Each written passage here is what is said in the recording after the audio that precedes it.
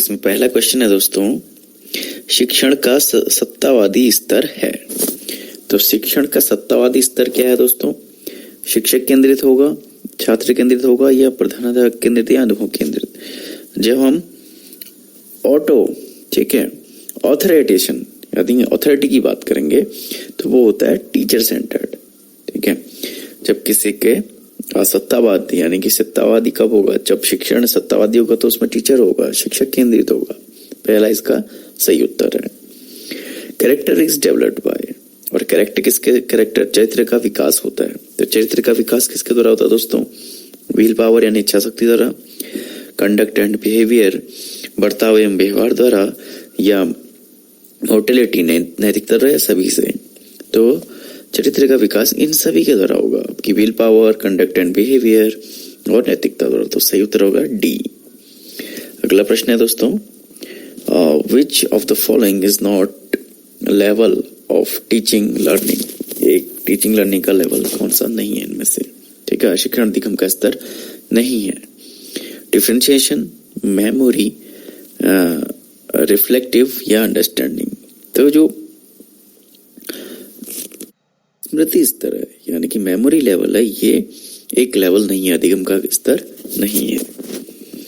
अगला प्रश्न देखते हैं, यदि विद्यार्थी कक्षा में भाग लेने में संकोच करता है तो आप, ठीक है, आपका कोई विद्यार्थी है, अगर वो किसी भी कक्षा में आप पढ़ा रहे हैं कुछ, तो वो बोलने में संकोच करता है, ठीक है, शाई होता है या शर्माता है, तो आप क्या करेंगे? उससे प्रश्न नहीं पूछेंगे, या जिन प्रश्नों के उत्तर वो दे सकता है केवल उन्हीं प्रश्नों को पूछेंगे, या उन प्रश्नों को नहीं पूछेंगे जिससे उसके सामर्थ्य के बाहर है, जिसके कारण वो कक्षा में उपहास का पात्र बन सकता है। उससे केवल तब प्रश्न पूछेंगे जब वो उत्तर देने के लिए उत्साहित हो। ठीक है, तो आप ये पूछेंगे कि उन प्रश्नों को नहीं पूछेंगे जो उसके सामर्थ्य से बाहर है। ठीक है, C is the right answer. Next है दोस्तों, teacher behaviour ought to be. शिक्षक का बर्ताव होना चाहिए। तो शिक्षक का बर्ताव कैसा होना चाहिए? प्रशासनात्मक, शिक्षाप्रद, आदर्शवादी या निर्देशात्मक। तो आदर्शवादी व्यवहार होना चाहिए एक शिक्षक का। नेक्स्ट क्वेश्चन है, बालिका शिक्षा को महत्व देना उचित कारण। ठीक है, बालिका की शिक्षा को महत्व क्यों दिया जाना चाहिए? बालिकाएं बालकों से अधिक बुद्धिमान है, या बालिकाएं बालकों में अल्पसंख्यक, या अतीत में बालिकाओं को बुरी तरह से विविध किया जाता था? किसी सामाजिक परिवर्तन के नेतृत्व में केवल बालिका सामर्थ्य है। तो बालिका शिक्षा ने महत्व दिया था कि जो अतीत है, पास में आप लोगों को पता होगा, इतिहास आप लोगों ने पढ़ा है कि बालिकाओं को क्या है, जो उनमें डिफ्रेंशिएट किया जाता था। ठीक है, उनको पढ़ाने के लिए, इसलिए उनकी शिक्षा को महत्व दिया जाता है। अगला प्रश्न है, समन्वित शिक्षा को सफलता निर्भर करती है। ठीक है, समन्वित शिक्षा की सफलता किस पर निर्भर करती है? समुदाय के समर्थन पर, या पाठ्यपुस्तकों की उत्कृष्टता पर, या शिक्षण अधिगम की गुणवत्ता पर, या शिक्षकों के अविवर्तित परिवर्तन पर। तो जब आप इंटीग्रेटेड एजुकेशन की बात कर रहे हैं, तो इंटीग्रेटेड एजुकेशन में क्या होगा कि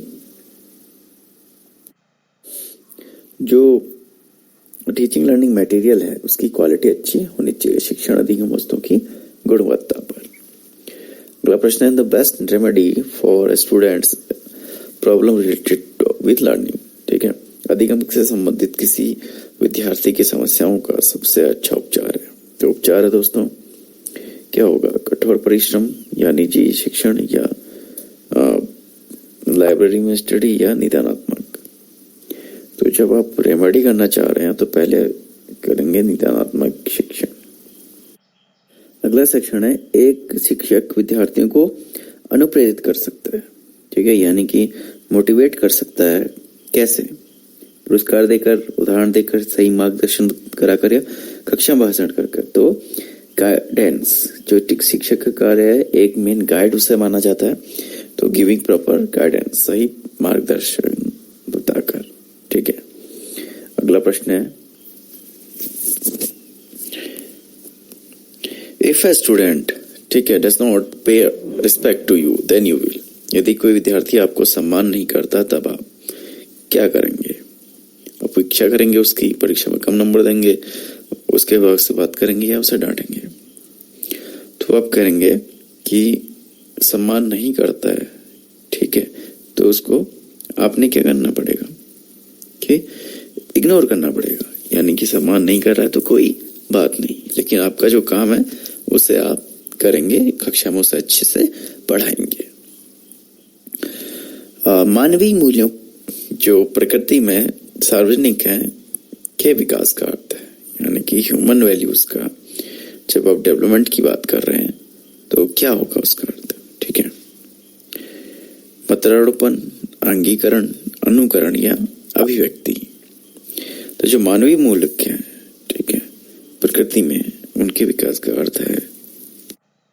तो जब अनुकरण कर पाएंगे, इमिटेशन कर पाएंगे, तो जो है वही मानवीय गुण की जो प्रकृति है वो सार्वजनिक होगी। तो सी इज द राइट आंसर। अगला प्रश्न है दोस्तों, अपने विद्यार्थियों को समझने के लिए एक शिक्षक में अच्छी जानकारी होनी चाहिए। तो किसकी जानकारी होनी चाहिए? बाल मनोविज्ञान की, विषय वस्तु के प्रति विद्यार्थी के मत का, या बच्चों को समझने की प्रकृति का, इनमें से सभी। तो इनमें से सभी, ठीक है। चाइल्ड साइकोलॉजी की बात करें, ठीक है, चाहे उनकी आप नेचर समझना चाहें, चाहे विषय वस्तु समझना चाहें, तो ये सभी को आपने समझना, बच्चे को अच्छे समझने के लिए इन सभी की जानकारी होना आवश्यक है। तो D is the right answer. अगला प्रश्न है दोस्तों, निम्न में से किस स्तर में बच्चे अपने समवर्गी वर्ग के सक्रिय सदस्य बन जाते हैं? देखिए, ये क्वेश्चन कई बार पूछा गया है और मैं आप लोगों को पहले ही बता चुका हूँ कि एडोलेसेंस, ठीक है, जो किशोरावस्था है, उसमें बच्चे अपना जो उनका ग्रुप होता है उसमें एक सक्रिय सदस्य की भूमिका निभाने लग जाते हैं। तो right answer is a. Next question है दोस्तों, मनोचित्रण का संदर्भ है। मनोचित्रण यानी कि माइंड मैपिंग, ठीक है। माइंड मैपिंग क्या कहते हैं कि अर्धग्राह्यता को बढ़ाने की एक तकनीक है, या जोखिम भरे कार्य करने के लिए कर्म योजना या मन का चित्र खींचना या मन के प्रकार का अन्वेषण है। Researching the functioning of the mind. तो माइंड मैपिंग जो होती है दोस्तों, वो होती है D research mapping of the function of mind, ठीक है। आप तरह से एक तरह को एनालिसिस करना होता है अपने माइंड का।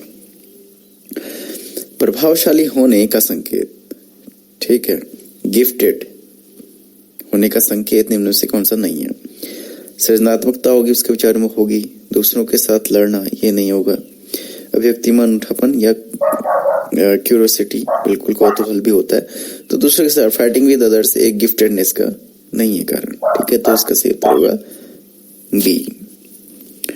अगला प्रश्न है, एक सामान्य 12 वर्ष के बच्चे सबसे अधिक होने संभावना है, ठीक है। Normal told where old child is most likely to. 12 साल का जो बच्चा है नॉर्मल है, तो उसके क्या हो सकता है उसमें? कुल प्रेरक संबंध की कठिनाई हो सकती है उसमें, या ग्रॉस मोटर कोऑर्डिनेशन की, या वयस्कों को खुश करने के लिए तृष्णा की अनुभूति होनी है, क्या अब और यहाँ उनकी रुचियों को सीमित करना, समकक्षी के लिए अनुरोध के लिए बेचैनी। तो क्या हो सकता है? सही उत्तर है दोस्तों डी। अगला प्रश्न है, विद्यालय से विद्यार्थियों को भाग जाने का कारण, ठीक है। विद्यार्थी जो भागते हैं या बंक करते हैं क्लासेस, वो क्यों करते हैं? रुचि का अभाव होना चाहिए होता है, या विद्यार्थियों में अध्ययन का रुचि, दंड नहीं देना, या समस्या के प्रति शिक्षकों की निर्दयी अभिवृत्ति। सही से कक्षा शिक्षण में रुचि का अभाव, ठीक है, उनका क्लास टीचिंग में इंटरेस्ट नहीं होता। प्रश्न है, विद्यार्थियों में श्रम की स्फूर्ति का विकास करने के लिए लेबर, ठीक है, द स्पिरिट ऑफ लेबर, क्या करेंगे आप? शिक्षक अपने ही श्रम की प्रवृत्ति दिखाएगा, शिक्षक के श्रम का महत्व का व्याख्यान करेगा, या समय समय विद्यार्थियों को श्रम करने का अवसर पर देना पड़ेगा, या विद्यार्थी को श्रम करने के लोगों को उदाहरण देना पड़ेगा, ठीक है। तो श्रम देने के अवसर देने पड़ेंगे, जब अवसर मिलेंगे वो खुद से श्रम करेंगे, तो अपने आप ही लेबर में उनका इंटरेस्ट पैदा होगा। बाल विकास की परिभाषा का अध्ययन क्षेत्र है जो मानवीय असामान्यों में परिवर्तन करता है, जीवन अवधि के दौरान व्यवहार की व्याख्या करेगा, या बच्चों में वयस्क वरिष्ठ नागरिक के साथ तुलना करेगा या किसी बच्चे के संज्ञानात्मक, सामाजिक तथा दूसरे सामर्थ्य को क्रमिक विकास करने के लिए उत्तरदायी होगा। तो जो सही उत्तर है दोस्तों वो होगा डी। 20वां प्रश्न है, प्राथमिक शिक्षक के लिए बाल मनोविज्ञान ज्ञान आवश्यक है क्योंकि यह बच्चों को अभिप्रेरित करने के लिए सुविधाजनक तरीका बन जाता है। ठीक है, तो सही उत्तर है क्योंकि आगे प्राथमिक स्तर की बात कर रहा है तो बच्चों को अपने आगे पढ़ने के लिए उन्हें रुचिकर बनाना ना, ताकि उनमें रुचि पैदा होगी, वो आगे भी पढ़ें। इसके लिए उनको मोटिवेट करना होगा, प्रेरित करना होगा। तो अगर आप बाल मनोविज्ञान को समझते हैं तो एक सुविधाजनक तरीका बन जाता है बच्चों को प्रेरित करने का। तो दोस्तों अभी आज हमने किए हैं 20 प्रश्न। नेक्स्ट क्वेश्चंस और नेक्स्ट पेपर को हम अगले लेसन्स में पार्ट 2 या 3 में कवर करेंगे।